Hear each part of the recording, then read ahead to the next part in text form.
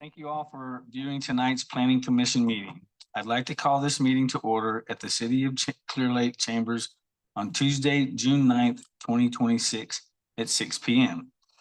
As a reminder, we are currently live streaming this meeting on the city's YouTube channel.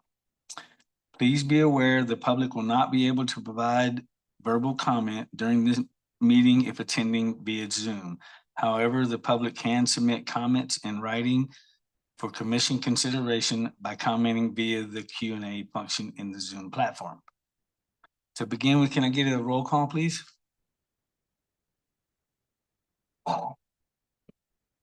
Commissioner Williams. Here.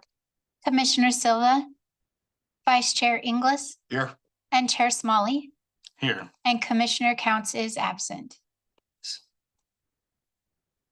For those present, will you please stand for the Pledge of Allegiance? I pledge allegiance to the flag of the United States of America and to the republic for which it stands, one nation, under God, indivisible, with liberty and justice for all.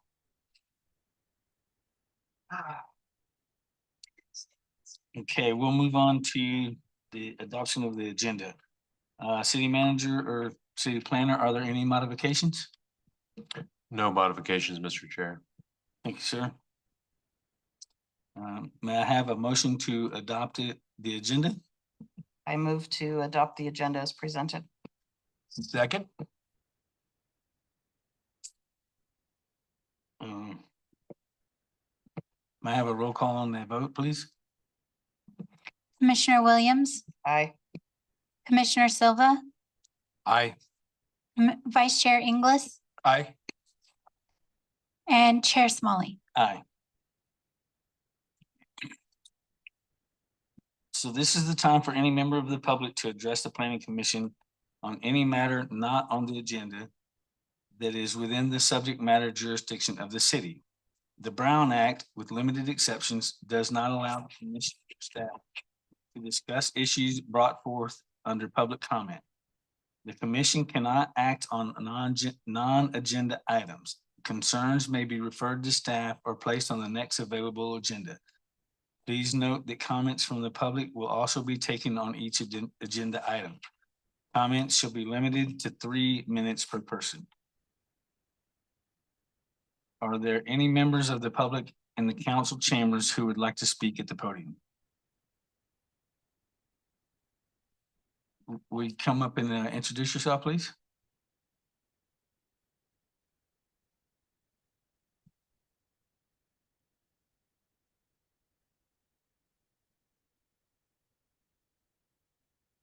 My name is Seth Dandridge. Basically, I just had a couple of questions about the operation. One. I'm sorry, are you addressing the permit issue? Yes. So that comes in a while. Okay. Sorry. Yeah, we'll get to the public comments on that one. Public comments. Yeah. Yeah. Okay, move on. Have we received any written comments via the Q&A Zoom function? There are no comments on the Zoom, Mr. Chair. So we'll move on to the consent items. June 9th, 2026 Planning Commission minutes. Recommended action is receive and file. Are there any members of the public in chambers who wish to comment on the consent items? Which there is none, right? There's no consent items. Okay. There's adoption of minutes. Yeah, I was gonna make that. So may I have a motion to adopt the consent items? I so move. Second.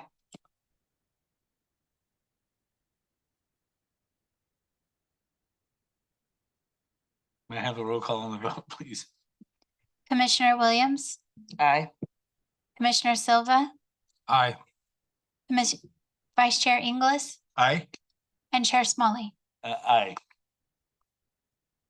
So there's no business items tonight, so we'll skip to the public hearings. Item 1, discussion and consideration of conditional use permit CUP 2026-05.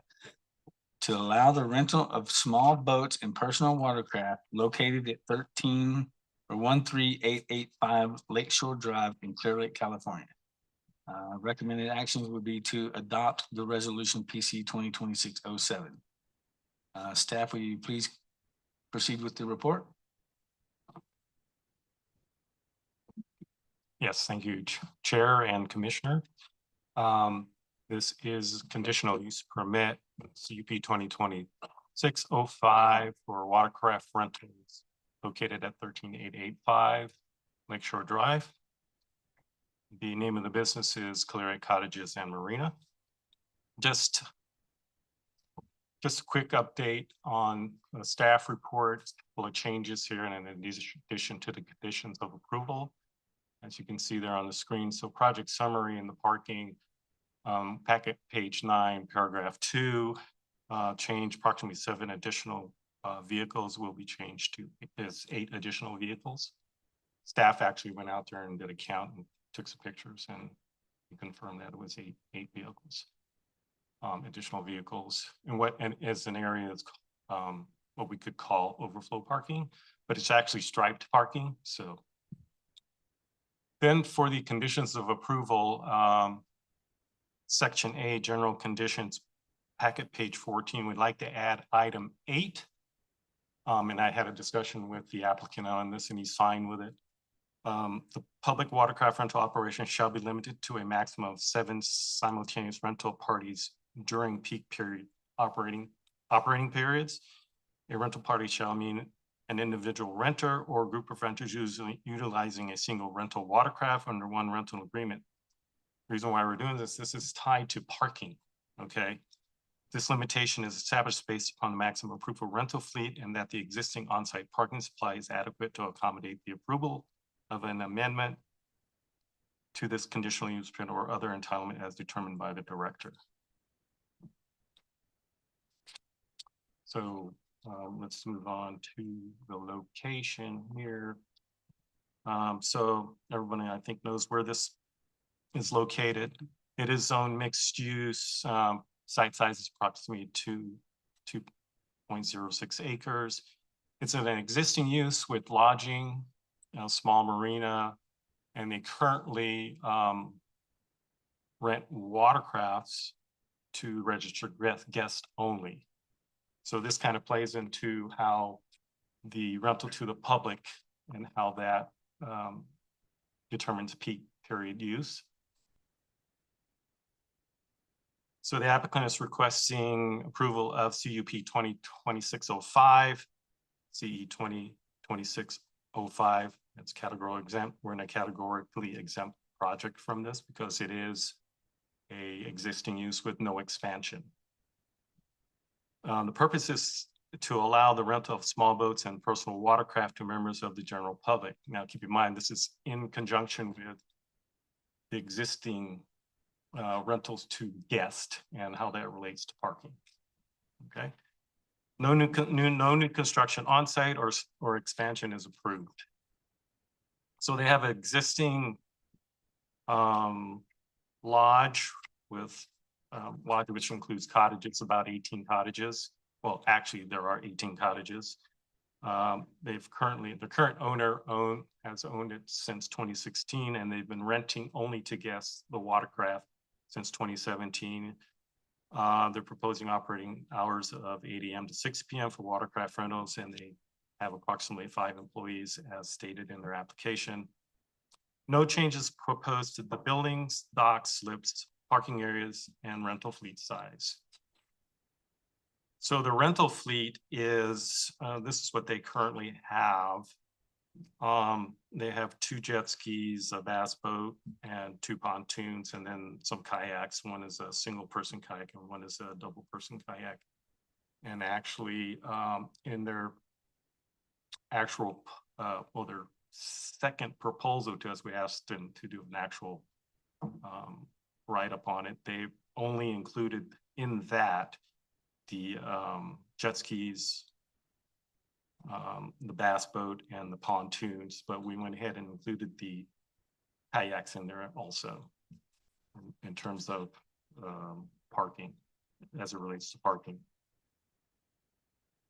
So this particular slides, as in their application, talk about safety requirements, doing pre-safety rental inspections, and they've been doing this for several years now, so renting to their guests. So I'm guessing they pretty much have some sense of what they need to do to be compliant. California voter card verification, these are all things they're going to be doing, minimum operator age 21 years. Liability and waivers in the rental agreements, life jackets, and they'll be doing orientations and competency reviews for those who are renting the watercraft. They will have GPS tracking devices on the watercraft. Propeller guards, obviously that would only be for the pontoon boats. And the bass boat, the jet skis typically have an impeller.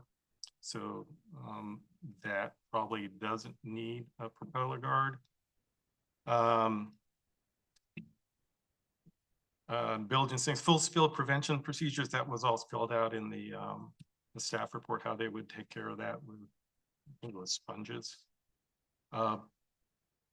Invasive species inspections, they pretty much have that noted all over the property for boats. Post-rental inspections and maintenance. So this kind of, the next slide kind of leads up to kind of the gist of this, you know, whether this can work or not for them. So existing, so there's two parking analysis going on here. Lodging, so there's one for lodging. So the code requirement, they have 18 guest rooms and one manager's unit. So per our code, there's one parking space required for each guest cottage, plus 2 additional for every 10. So that's 4 parking spaces. Then the manager's unit, that would be 2, consider that kind of a dwelling or housing. So 2 spaces for that. So they would be required to have a total of 24. Existing, they have potentially 35. If you're looking at the map there on the screen, the yellow is existing parking spaces that are actually striped. Now the area where you see the red dot, that's kind of hard packed dirt or gravel. And then the red dot there, I didn't measure the distance across, it's about 62 feet, which could accommodate double row parking.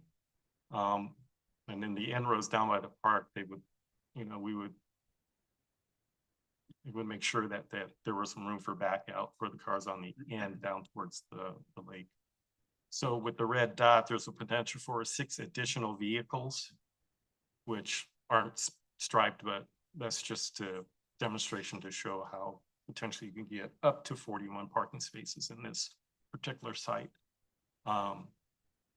You would have to consider trailers, obviously, but I spoke with the actually the applicant this afternoon in terms of how busy they are during the week. They said 50%. The rooms would be occupied over the weekends would be 90%. And you would have to consider also that they would get first dibs to the rentals to the guest, and then anything that's left over would be for general public rental. Yeah. Parking seats, minimum code. So essentially they exceed parking code based on just the striped parking spaces.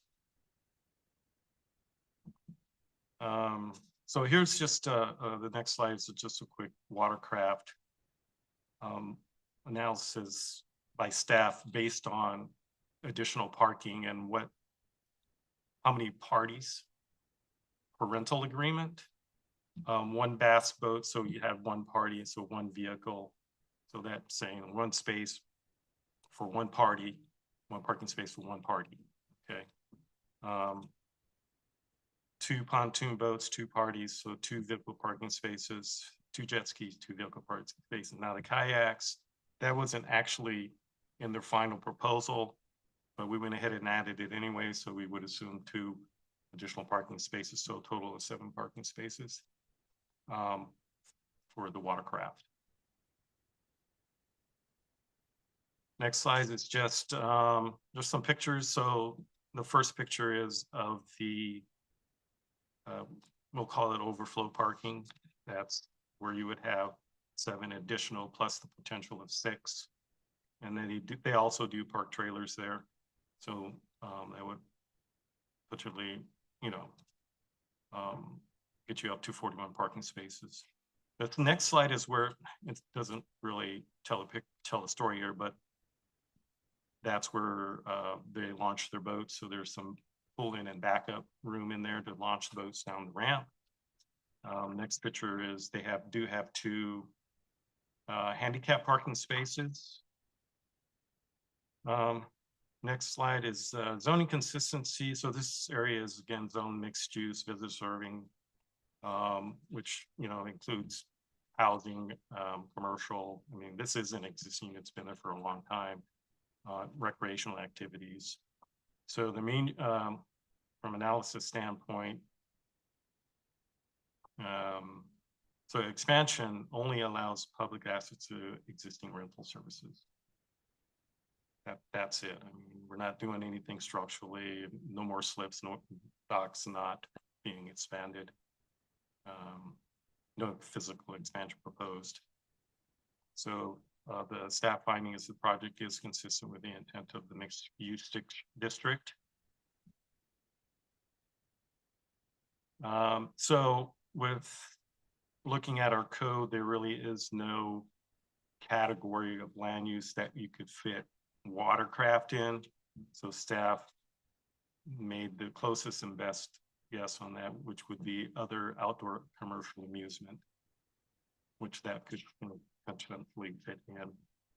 And if you actually look at the definition of that, it says all inclusive, but you're talking about baseball parks. These are really high demand traffic type uses, baseball, mini golf, those sorts of things. So with that type of use, a use permit is required. To propose use appropriately is a conditional use permit. Because there's no expansion, staff determined that it would be categorically exempt from CEQA. And so the next slide is agency review. So these are the agencies we sent the application to. We did not get any responses back, and we publicly noticed it, to the neighbors around within 300 feet. So a quick summary: existing lodging marina use, no expansions, staff feels adequate parking, and it's consistent with the mixed use zoning, CEQA exempt, no agency objections that we had received. With motions, I mean, move to adopt, number 1, move to adopt, 2, move to deny the resolution or send staff with directions to reevaluate the project. That concludes the presentation.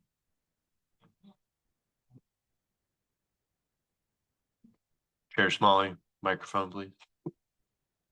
Thank you, sir.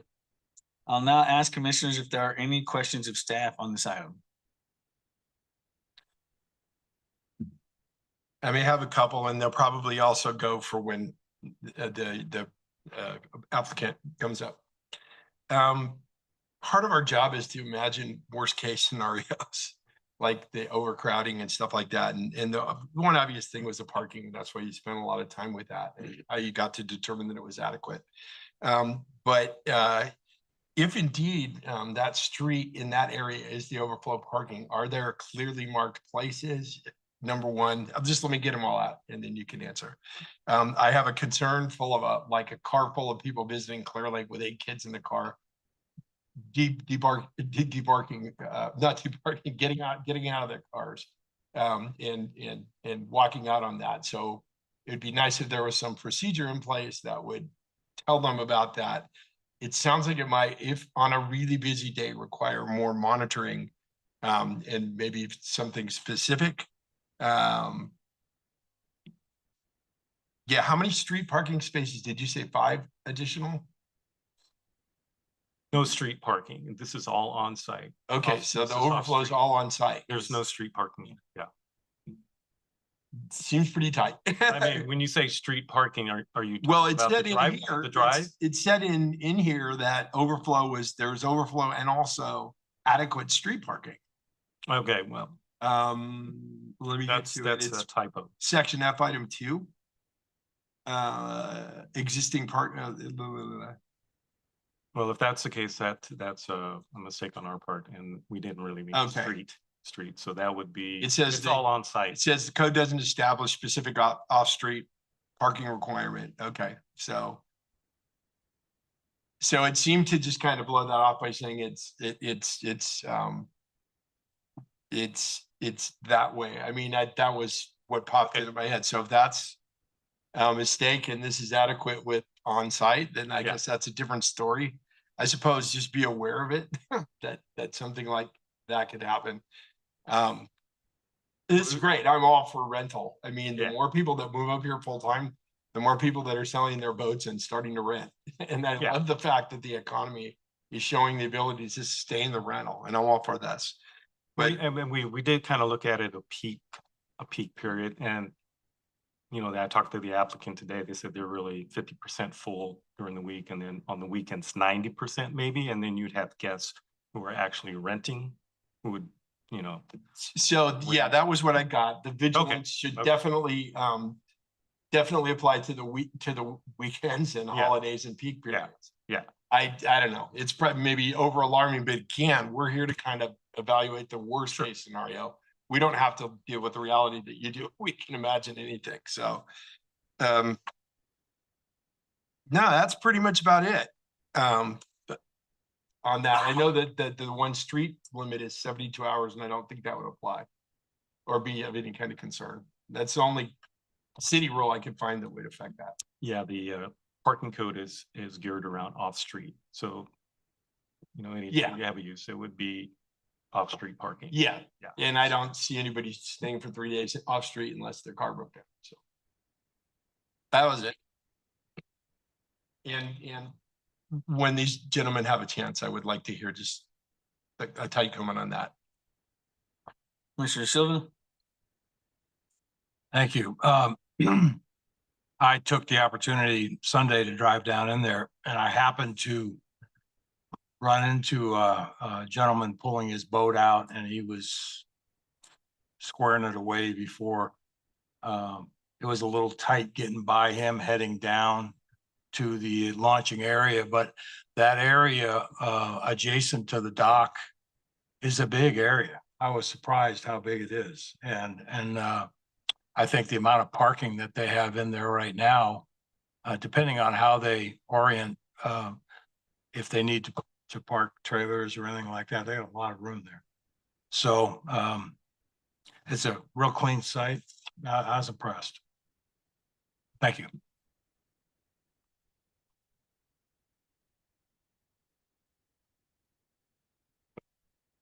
Commissioner Williams? No? I have nothing at this time. At this time, I will open the item up for public comment.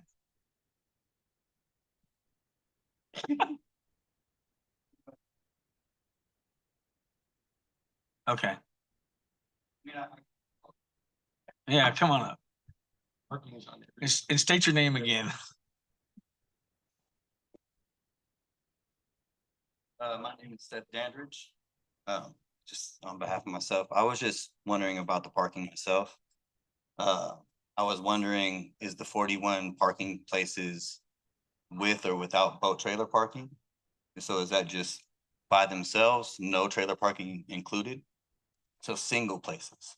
So if you actually have boats in there, trailers in there, it's not going to be 41, right?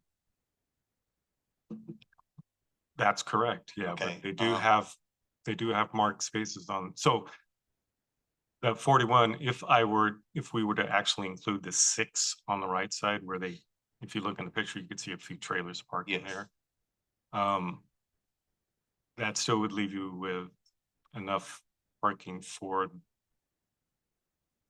you know, the folks that are driving in to rent. I know that The people that docks actually are rent the already- cottages also launch boats there. Like you Yeah. said. Yeah. So they also have trailers. And then I know from running a rental that, you can have, even if you have a requirement for only one vehicle, you can have 3 people show up for a single jet ski. So where do the other 2 cars park? I was just wondering. So that's part of the condition where we're saying that, and we've spoke to the applicant about that. So for instance, if someone wanted to come in and rent the bass boat, 1 parking space for the party, the rental party. No, for sure. I was just wondering where the other cars Well, park for the family. Do they just park in town somewhere random or? That's all. Cause usually, I get it, but you can't have if a full family is coming up here, say there's 9 people getting on the vessel onto a pontoon boat. Okay, just a quick point of order. We need to address the questions or any comments directly to the commission, Okay. and then they can direct staff to respond. Sorry. Yeah, no, that was just basically my concern was mostly with the parking, because I know it can get pretty crazy with the parking. So yeah, just making sure that was not knowing where people were gonna actually park the other vehicles or anything. Like I said, there's gonna probably most likely 100% be more than 1 vehicle showing up for a pontoon boat on occasions. Even if you have the requirement, they'll still be coming into town with more than 1 vehicle. So where they park the other vehicle, I have no idea. That was all I was saying.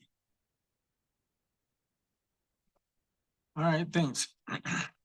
I want to comment on Mr. Dander's thing. I kind of agree with that. And that's why I thought there has to be some kind of procedure in place, whether shuttle from Austin Park, overflow, strict like off street compliance. There will be a time when they hit peak and there's going to be 3 cars showing up for a pontoon boat at the same, that's going to happen. So it'd be nice if they had procedures in place. So when people call for the rental, you can give them a sheet that says, if there's overflow parking, please park here.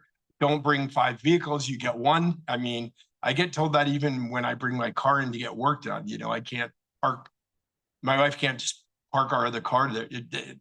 Bad analogy, but I mean, there are limits to parking spaces. So I thought perhaps some simple procedure could avoid that peak problem that Mr. Dandridge was talking about. And I hope I got your name right.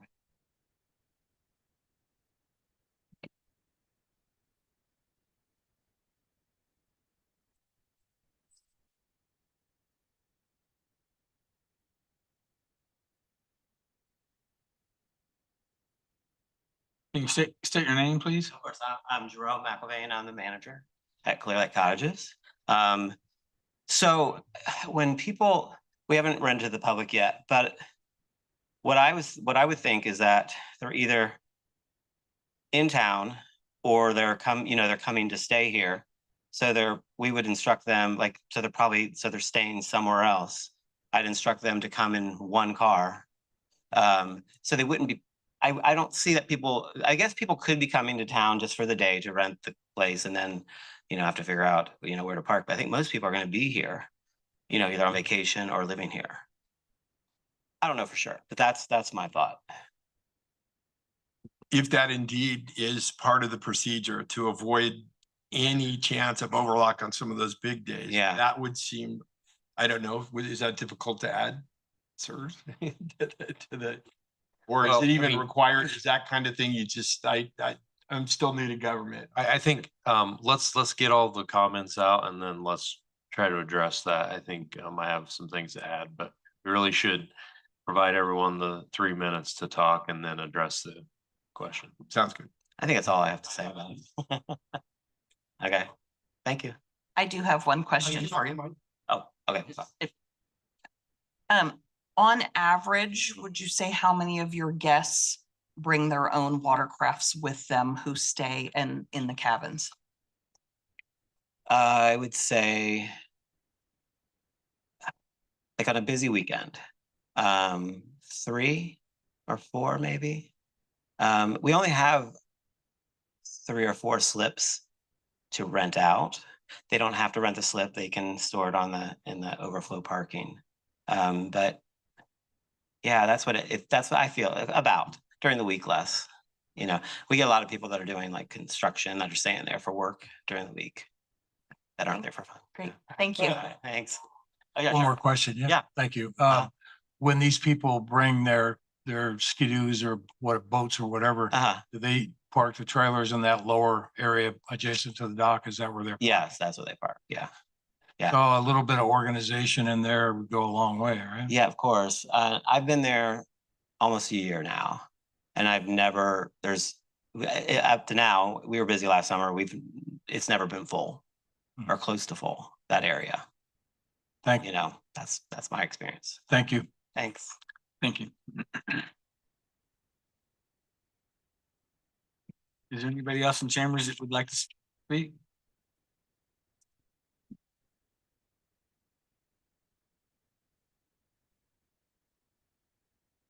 Have we received any written public comments via Q&A function on Zoom?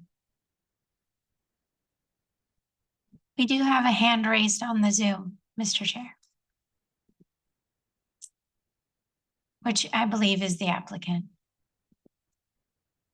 Jim Davis. So, Mr. Davis, can you hear us?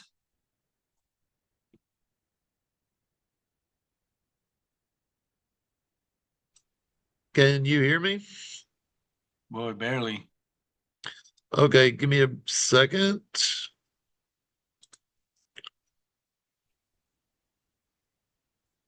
Turn this off. Is that better? That is. Okay, sorry, I've not had to deal with this particular. I had a lot of trouble getting in. I apologize. Like Jerome had stated, we only have 3 open slips. The time that we get individuals bringing their own boats, and typically it's usually fishermen coming for a tournament. We may get 3. And so there's quite a bit of parking there. Our watercraft sit in the slips, in all the other slips at the location. And so, you know, our guests, and also we're going to set this up on our website. And so we'll have the same reservation system as we do for our cottages.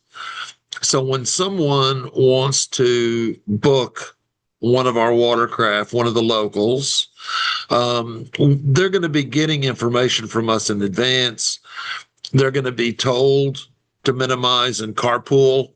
And so we're trust me when I tell you, it is way to our benefit to ensure that our parking never maxes. We can always park our employees off site.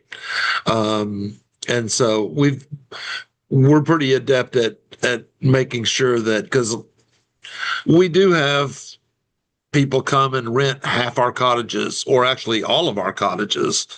And so managing through the parking, it's something that Jerome has to do on a daily basis.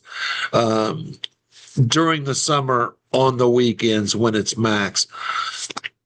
Sunday through Thursday, we're running 45 to 50% occupancy, even in the summer. So I wanted to make myself available to answer questions. I'm profoundly sorry I had such a difficult time getting in. Well, that's quite all right. Thanks for coming on. I will now ask the commissioners if there are any further comments for deliberation on this item. Commissioner Silva, you got your hand up there? Mr. Chair, maybe before you get into that, I Yes, guess sir. make a couple of comments about, I mean, there's a lot of discussion about the parking, which I think is appropriate. A couple of things. I mean, we have, you know, our parking standards in the zoning ordinance, which are designed and intended to sort of cover the most likely scenarios for different uses. You know, as an example, just a restaurant, we normally don't, you know, figure out like what the maximum occupancy is and like how many cars that, like if 3 people show up for one of those tables or whatever, but it's based on that type of use and how many cars that generally generates, right? So this is a similar type of thing. But the main goal, in my view of the commission, is to make sure that this expanded use doesn't cause broader negative impacts to the community around this facility, right? And, you know, it would be our hope, you know, similar to the property owners, that I'm sure as many days as possible in a year, there would be 100% occupancy and parking would be very difficult around there, right?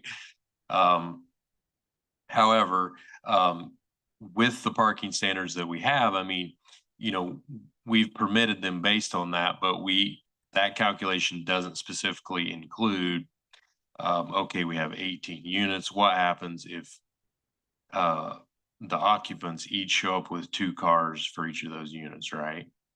That would cause a tight issue, but our standards say that each unit has to have 1 space, and then for each 10 units, you have to have an additional space, right? So they have those in an additional 4 spaces, correct? Just for the units, and that's not including the overflow parking. So it seems like there would be very few times when parking would be at such a premium on the site,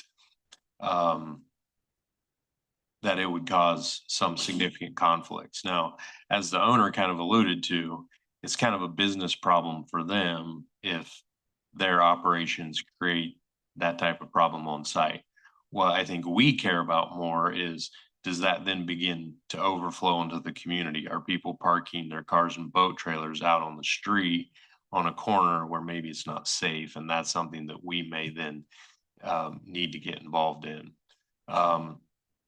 So, you know, I guess one other thing I wanted to point out is essentially the way the conditions are laid out.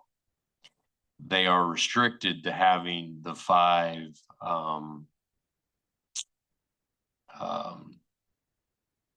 like motorized watercraft, right? And so they can't suddenly come in next month and add 5 more, because then that is very clearly going to cause a parking problem. However, having said all that, if the commission is still concerned about the parking situation, you could direct us to add an additional question, or direct them to provide some, you know, say a overflow parking plan or something like that.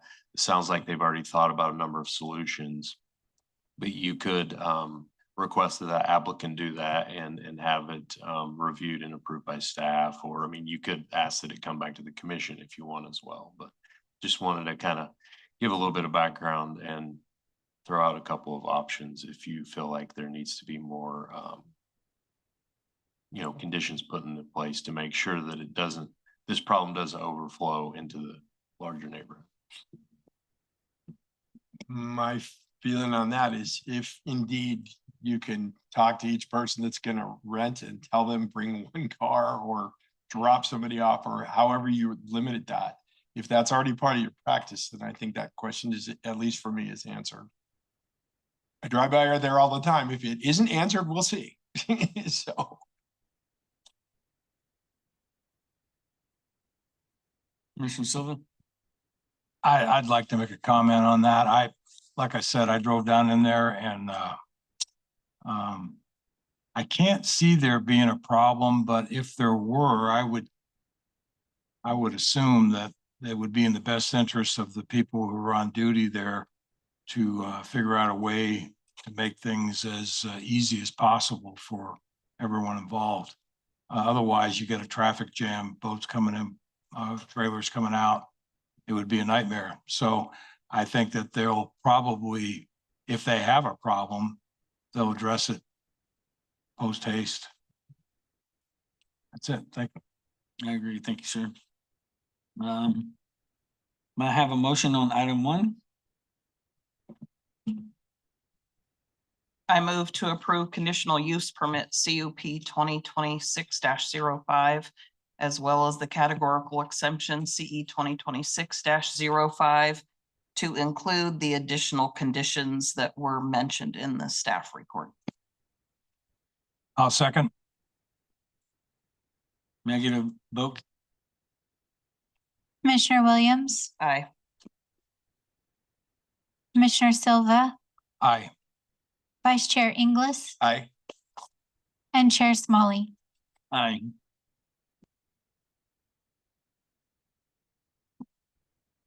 That passes 4-0. So. City Manager Flora or Senior Planner Roberts, do you have a report?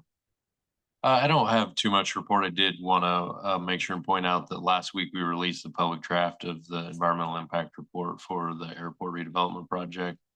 I think you all should have gotten that via email. If you didn't recall seeing it, we'll make sure that you get the link to that. So this opens the initial 45-day comment period on that draft, and we'll be receiving comments, hopefully incorporating those, and then at some point, hopefully sooner rather than later, bringing that to the commission for review.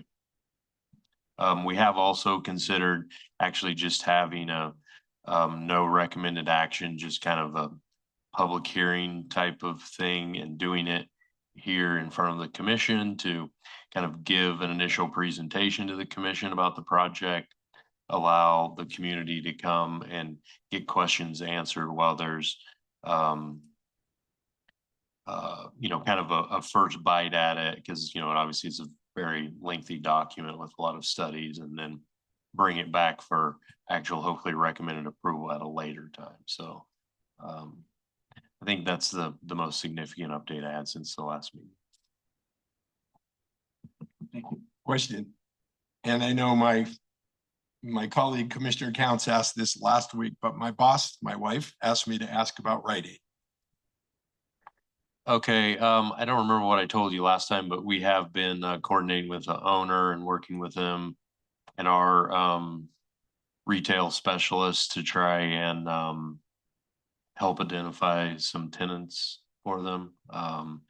So I haven't heard any deals are in place yet, but we're trying to push folks towards them, and the owner's been pretty engaged with us on that. So seems very open to doing his best to accommodate something that the community really wants there. Thank you, Alan.